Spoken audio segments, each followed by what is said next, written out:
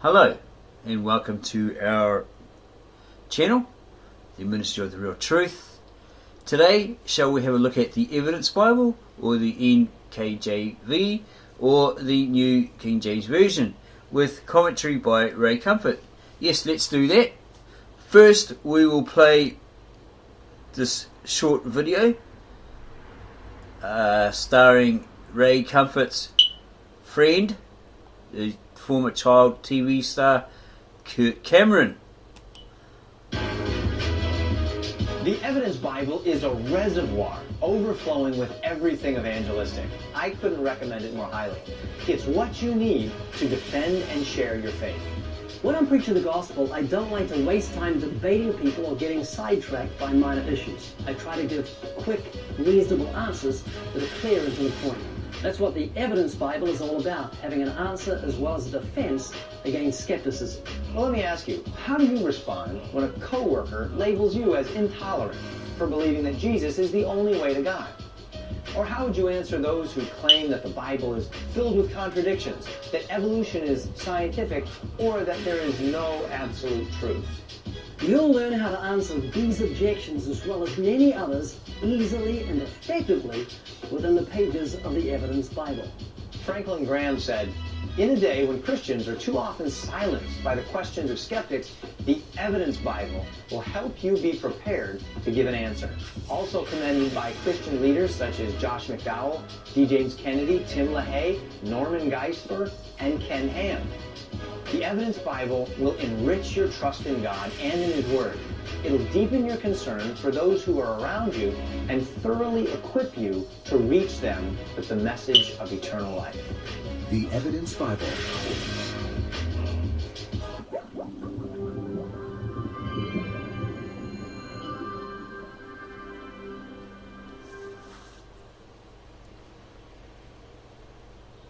Very interesting, very well done introduction. We liked it. Let's hope we don't get a copyright claim or strike for the music playing within the video. It's in the video. Anyway, basically this Evidence Bible is the New King James Version, translated into modern English. We have a few Christian friends that have said, yeah, well, it's easier to read and understand, to grasp and understand than the old King James Version, be it the 1611 or the 1967-68 revision, rewrite of that book, which originally in 1611 had the Apocrypha in it, as we were informed, but was taken out around 1888 because it was felt it never belonged there. Yeah, so it's much easier for Christians today to read it and understand it, grasp it and understand it in modern English rather than old or middle English, Romeo and Juliet or Shakespeare speak, where thou, thee, thy, thou, for art thou Romeo. Supposedly it was designed that way, so it will keep people confused and they'll never fully understand what was written. That's speculation, okay. We believe it could be a possibility, could have been a possibility. Apparently it had the Apocrypha in it and it was taken out in 1888 because it was claimed, it was said that it didn't really belong there. So this is basically a new version of the King James Bible, the New King James Bible, which they couldn't mess with the original 1611 version at that time, a revision, rewrite commissioned by King James himself because he didn't like the Puritan Bible, and they just got rid of the Roman Catholic, the Popish rule, and the people were very happy, so they put a dedication letter to the then Prince James in the old 1611 Bible. We have a very old copy of that with the dedication letter in it. We've covered that on a video. So around, because they went on the panel, he wouldn't allow them on a panel, they decided to put out a new translation of it around the year 2000. Okay, King James kept them off the out of the commission for that new translation for the people.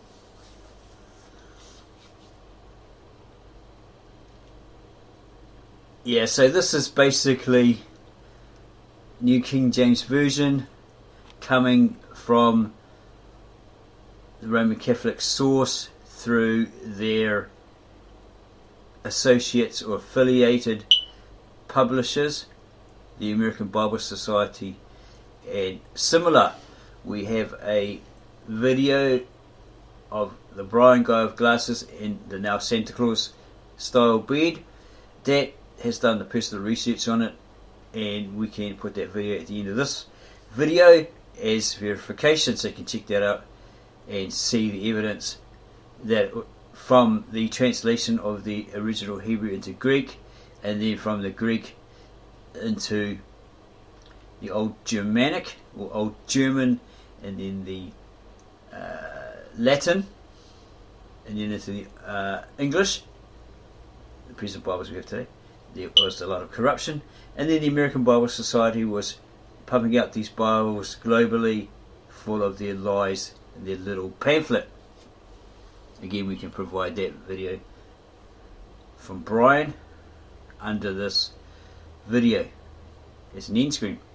So what we're going to do is we're going to look at Mark and Luke especially, and then we're going to compare it with the original ancient Galilean Aramaic hidden and preserved manuscripts or manuscriptures by the original ancient Church of the East, hidden and preserved from the Roman Catholics and the then Mohammedans or Islam. And you'll notice a very shocking difference in the translation. Okay, so we're going to have a look at Matthew first, at a particular verse, so we can compare it with the original Aramaic, Galilean Aramaic, translated in English by native-born Aramaic-speaking translator Victor N. Alexander, who's had 15 years experience translating those original manuscripts from the original Church of the East and the revived Assyrian Church of the East. Okay, so we're looking at Matthew 27, 44 and 45 in this English translation, the NKJV. The thieves, etc. Now from the 6th hour there was darkness over all the land to the 9th hour. And about the 9th hour Jesus cried with a loud voice, saying, Eli, Eli, lama sabachthani? That is to say, my God, why have you forsaken me? Keep note of that, because here it says Eli, Eli, or L-E. Going to have a look at Mark 15. No, it's wrong, Mark 15. Where are we? Mark 15, 34. And at the 9th hour Jesus cried with a loud voice, saying, Eloi, Eloi, lama sabachthani, which is being interpreted, my God, why have you forsaken me? Notice the difference. In Matthew he said, Eli, Eli, or Eli, Eli. Here it says, Eloi, Eloi. So there's obviously a difference in translation, right? And people give their various reasons why, but there is a difference. So we're going to look at Mark 15, 34 from the original Galilean Aramaic, translated in English by Victor N. Alexander. And it reads, and in the 9th hour Joshua, or Jesus, cried out in a loud voice and said, El, El, mana shvikthani. That is, my Allah, or my God, wherefore did you destine me? and so forth. And there's a footnote indication here. There's a couple of them.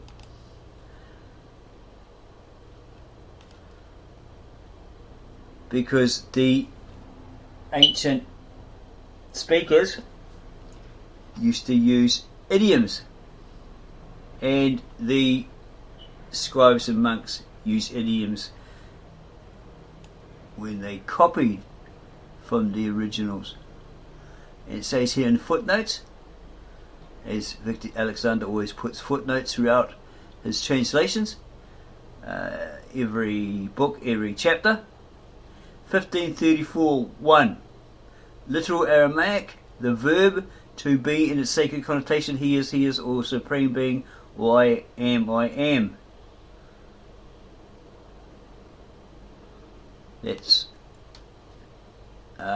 translating Allah, the name of God, from the Aramaic into English. 1534:2, literal Aramaic Allahi Allahi. 1534:3, literal Aramaic Il Lamanashfik Thani. This is the correct transliteration of the original words of Joshua the Messiah, or Jesus the Messiah, or Jesus the Christ, in Galilean Aramaic. Other transliterations indicate the second and third generation transliterations from Arabic and the Greek versions.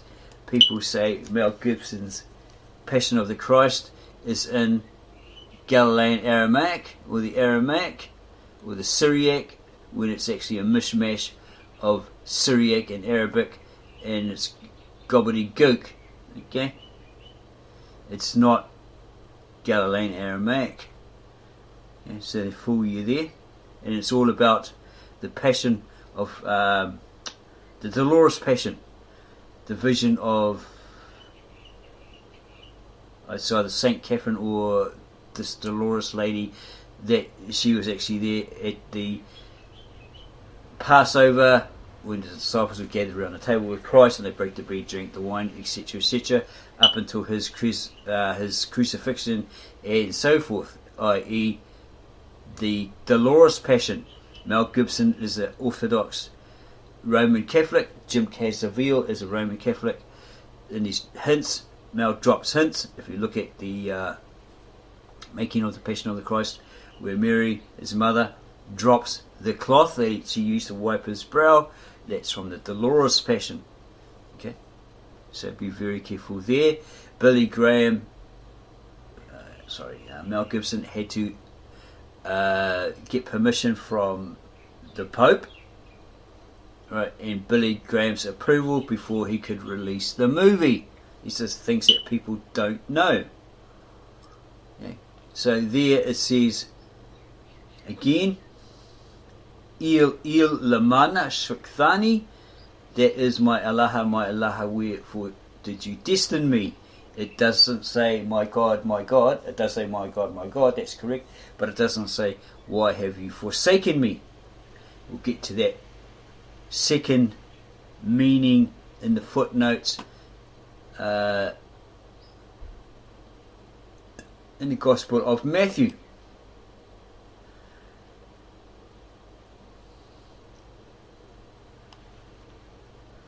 (1545) reads, this is from the original Aramaic, Galilean Aramaic, translated into English. From the 6th hour, however, there came darkness upon the whole world until the 9th hour. And at the 9th hour, Joshua, or Jesus, cried out in a loud voice and said, Il Laman Sfikthani.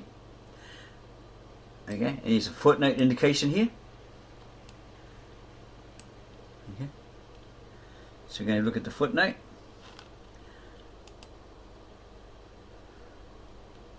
Where are we? 2746. Original ancient Aramaic retained I am. That's where the name of Allah or God. Wherefore have you left me? Il is a title of Allah or God. And he's put here is. Okay, I am, or I is. It has not been translated into English in English as such. Therefore, Victor N. Alexander has used the more acceptable designation I am, idiomatically, wherefore implies Shrikhthani is the only correct transliteration, and it means left me, in the sense of the purpose for which Joshua was left on the cross. It absolutely does not mean forsaken in this usage, because there's a verse in the Old Testament which states, God states, I will never leave you nor forsake you. So God doesn't forsake.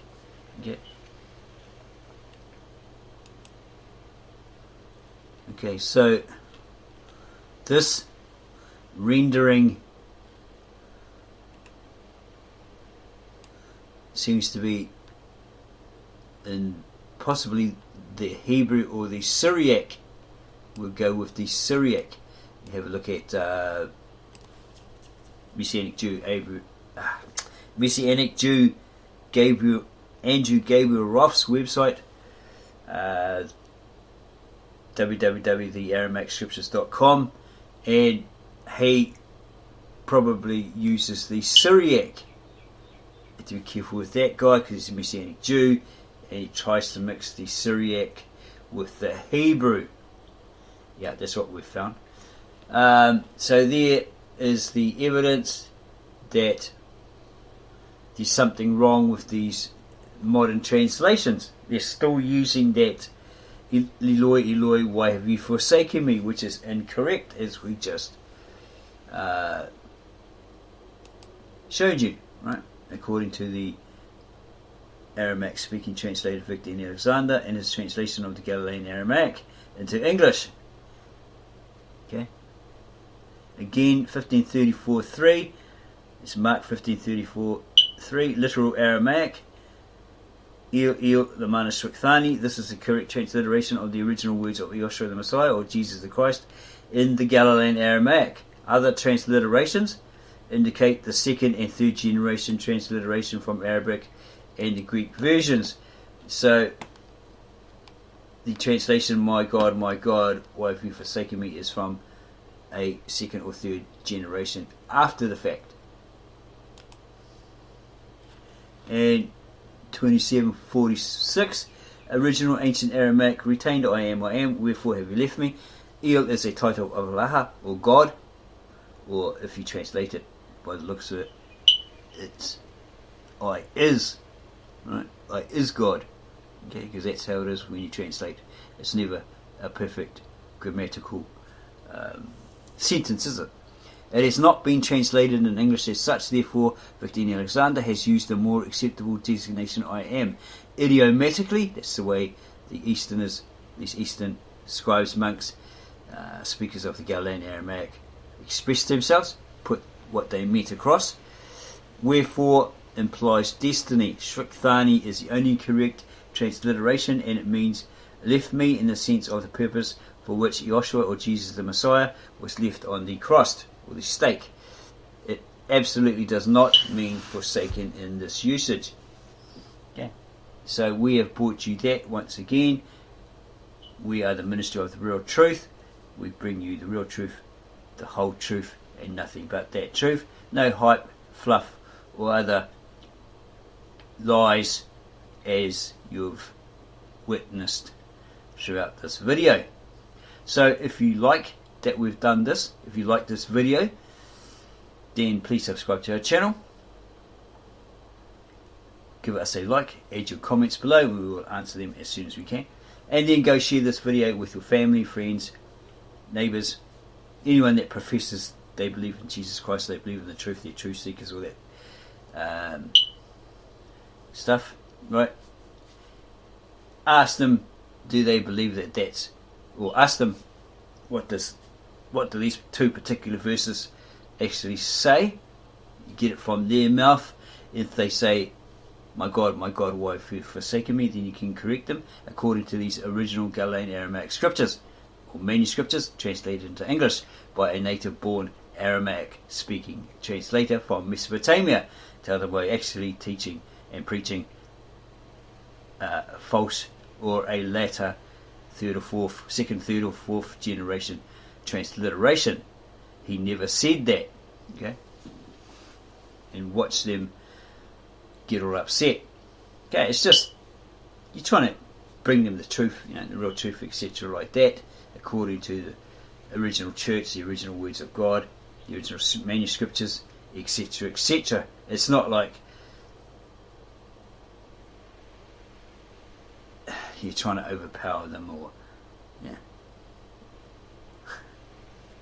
get them to come to your church and all that sort of stuff. None of those tricks. It's just like we're truth seekers, okay, and we want to teach the people out there the truth because they've been lied